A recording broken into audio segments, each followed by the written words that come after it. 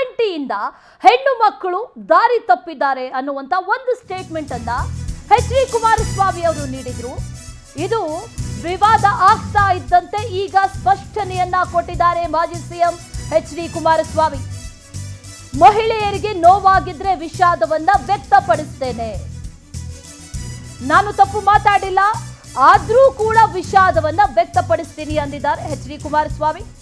ಗ್ಯಾರಂಟಿಯಿಂದ ದಾರಿ ತಪ್ಪಬೇಡಿ ಅಂತ ನಾನು ಹೇಳಿದ್ದೆ, ರಾಜ್ಯ ತಾಯಂದಿರಿಗೆ ನೋವಾಗಿದ್ರೆ ವಿಷಾದವನ್ನ ವ್ಯಕ್ತಪಡಿಸ್ತೇನೆ ಅಂದಿದ್ದಾರೆ ಎಚ್ ಡಿ ಕುಮಾರಸ್ವಾಮಿ. ನಾನು ಮಹಿಳೆಯರಿಗೆ ಅವಹೇಳನ ಮಾಡಿಲ್ಲ ಅಂದಿದ್ದಾರೆ ಎಚ್ ಡಿ. ಗ್ಯಾರಂಟಿಯಿಂದ ನಮ್ಮ ಹೆಣ್ಮಕ್ಳು ದಾರಿ ತಪ್ತಾ ಇದ್ದಾರೆ, ಈ ಒಂದು ಸ್ಟೇಟ್ಮೆಂಟ್ ಇದೆಯಲ್ಲ, ಇದು ಬಹಳ ವಿವಾದವನ್ನ ಸೃಷ್ಟಿ ಮಾಡಿತು. ಜೊತೆಗೆ ಸಾಕಷ್ಟು ಕಡೆಗಳಲ್ಲೂ ಕೂಡ ಆಕ್ರೋಶ ಭುಗಿಲೇಳ್ತಾ ಇದ್ದಂತೆ, ವಿವಾದ ಆಗ್ತಾ ಇದ್ದಂತೆ ಈಗ ಸ್ಪಷ್ಟನೆಯನ್ನ ಕೊಟ್ಟಿದ್ದಾರೆ ಮಾಜಿ ಸಿಎಂ ಎಚ್ ಡಿ ಕುಮಾರಸ್ವಾಮಿ. ಮಹಿಳೆಯರಿಗೆ ನೋವಾಗಿದ್ರೆ ವಿಷಾದವನ್ನ ವ್ಯಕ್ತಪಡಿಸ್ತೇನೆ ಅನ್ನುವಂತ ಮಾತನ್ನ ಹೇಳಿದ್ದಾರೆ. ನಾನು ತಪ್ಪು ಮಾತಾಡಿಲ್ಲ ಅಂದಿದ್ದಾರೆ, ಆದ್ರೆ ಹೆಣ್ಮಕ್ಳು ಹೇಳ್ತಾ ಇರೋದು ಇಲ್ಲಿ ತಪ್ಪು ಮಾತಾಡಿದ್ದಾರೆ, ನಮಗೆ ಅವಮಾನ ಆಗಿದೆ. ಜೊತೆಗೆ ಲಘುವಾದ ಹೇಳಿಕೆಗಳನ್ನ ನೀಡ್ತಾ ಬರ್ತಾ ಇದ್ದಾರೆ ಕುಮಾರಸ್ವಾಮಿ ಅವರು. ಕ್ಷಮೆ ಯಾಚಿಸಲೇಬೇಕು ಅನ್ನುವಂತ ಪಟ್ಟನ್ನ ಹಿಡಿದಿದ್ರು. ನಾನು ತಪ್ಪು ಮಾತಾಡಿಲ್ಲ ಅಂದಿದ್ದಾರೆ ಎಚ್ ಡಿ ಕುಮಾರಸ್ವಾಮಿ, ಆದ್ರೂ ಕೂಡ ವಿಷಾದವನ್ನ ವ್ಯಕ್ತಪಡಿಸ್ತೀನಿ ಅನ್ನುವಂತ ಮಾತನ್ನ ಈಗ ಎಚ್ ಡಿ ಕುಮಾರಸ್ವಾಮಿ ಹೇಳಿರೋದು.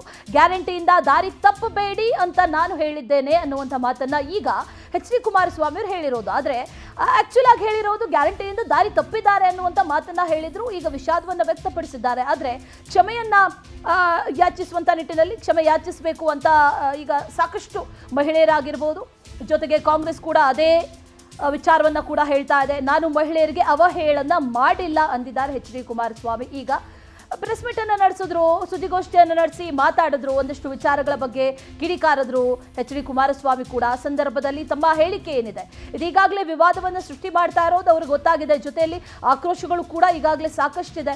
ಅದರ ಜೊತೆಯಲ್ಲಿ ಈ ವಿವಾದ ಇಲ್ಲಿಗೆ ನಿಲ್ಲುವಂಥದ್ದಲ್ಲ, ಚುನಾವಣೆಯವರೆಗೂ ಕೂಡ ಇದು ಇಂಪ್ಯಾಕ್ಟ್ ಆಗುತ್ತೆ ಅನ್ನುವಂಥದ್ದನ್ನ ಹೇಳಲಾಗ್ತಾ ಇದೆ. ಅದರ ಜೊತೆಯಲ್ಲಿ ಮಂಡ್ಯ ರಣಕಣದಲ್ಲೂ ಕೂಡ ಒಂದಷ್ಟು ಮತಗಳು ವಿಚಲಿತ ಆಗುವಂಥ ಸಾಧ್ಯತೆಗಳು ಕೂಡ ಇರೋದ್ರಿಂದ ಈಗ ಸುದ್ದಿಗೋಷ್ಠಿಯನ್ನು ನಡೆಸಿ ವಿಷಾದವನ್ನು ವ್ಯಕ್ತಪಡಿಸಿದ್ದಾರೆ.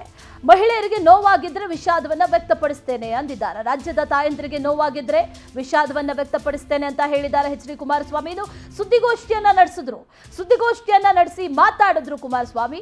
ಈ ಸಂದರ್ಭದಲ್ಲಿ ಏನ್ ಹೇಳಿದ್ರು ನೋಡೋಣ. ಅಲ್ಲ ಪಾಪ ಅವರಿಗೆ ನಾನು ತಪ್ಪಂತೂ ಮಾಡಿಲ್ಲ. ಈಗ ನನ್ನ ಹೇಳಿಕೆ ನಿಮಗೆ ಬಿಡ್ತೀನಿ, ನೀವು ತೀರ್ಮಾನ ಮಾಡಿ. ಅದಕ್ಕೆ ರಾಜ್ಯದ ಜನತೆಗೂ ಬಿಟ್ಟಿದ್ದೀನಿ. ವಿವಾದ ನನ್ನ ಈಗ ಇತ್ತೀಚೆಗೆ ನೋಡಿ, ಅದು ಪದ ಏನದು, ದಾರಿ ತಪ್ಪೋದು ಅಂತ ಅಂದರೆ ಅಶ್ಲೀಲ ಪದನ ದಾರಿ ತಪ್ಪೋದು. ಸರಿ, ನಾವು ಗಂಡಸರ ಬಗ್ಗೆ ನಮ್ಮ ಬಗ್ಗೆನೂ ಹೇಳೋ, ನಮ್ಮ ಮಕ್ಕಳ ಬಗ್ಗೆನೂ ಹೇಳೋರು ದಾರಿ ತಪ್ಪಬೇಡ ಅಂತ ಹೇಳ್ತೀವಿ.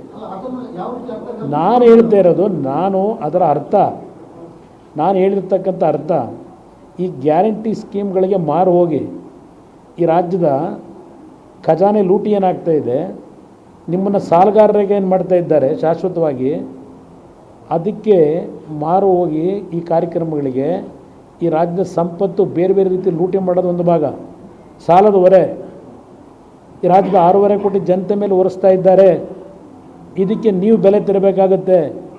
ಅದಕ್ಕೆ ದಾರಿ ತಪ್ಪತಕ್ಕಂಥ ಕೆಲಸ ಬೇಡ. ಈ ಕಾರ್ಯಕ್ರಮಗಳನ್ನು ನಂಬಿ ಇದಕ್ಕೆ ಮತ ಕೊಟ್ಟು ದಾರಿ ತಪ್ಪೋದು ಬೇಡ ಅಂತ ಹೇಳಿದ್ದೀನಿ. ಮತ ಕೊಡಬೇಡಿ ಅನ್ನೋದು ದಾರಿ ತಪ್ಪುವಂತ ಕೆಲಸ ಬೇಡ, ಇದು ಈಗ ಹೇಳ್ತಾ ಇರುವಂತ ಎಚ್ ಡಿ ಕುಮಾರಸ್ವಾಮಿ ಅವರ ಸ್ಟೇಟ್ಮೆಂಟ್. ಗ್ಯಾರಂಟಿಯಿಂದ ದಾರಿ ತಪ್ಪಬೇಡಿ ಅಂತ ನಾನು ಹೇಳಿದ್ದೆ, ಆ ಥರ ಹೇಳಿಲ್ಲ ಅಂತ ಹೇಳಿದ್ರು. ಹಾಗಾದ್ರೆ ಎಕ್ಸಾಕ್ಟ್ ಆಗಿ ತುರುವೇಕೆರೆಯಲ್ಲಿ ವಿ ಸೋಮಣ್ಣ ಪರವಾಗಿ ಪ್ರಚಾರವನ್ನ ಮಾಡ್ತಾ ಇರುವಂತ ಸಂದರ್ಭದಲ್ಲಿ ಹಾಗಾದ್ರೆ ಕುಮಾರಸ್ವಾಮಿ ಅವರು ಎಕ್ಸಾಕ್ಟ್ ಆಗಿ ಏನ್ ಹೇಳಿದ್ರು ಒಂದ್ಸರಿ ನೋಡೋಣ.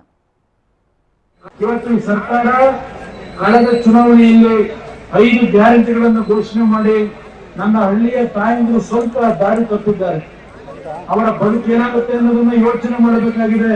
ನಿಮ್ಮ ಕುಟುಂಬದ ಬದುಕು ಏನಾಗಬೇಕು ಯೋಚನೆ ಮಾಡಬೇಕಾಗಿದೆ.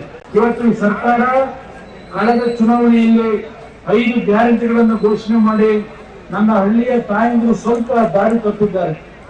ಅವರ ಬದುಕು ಏನಾಗುತ್ತೆ ಅನ್ನೋದನ್ನ ಯೋಚನೆ ಮಾಡಬೇಕಾಗಿದೆ. ನಿಮ್ಮ ಕುಟುಂಬದ ಬದುಕು ಏನಾಗಬೇಕು ಯೋಚನೆ ಮಾಡಬೇಕಾಗಿದೆ.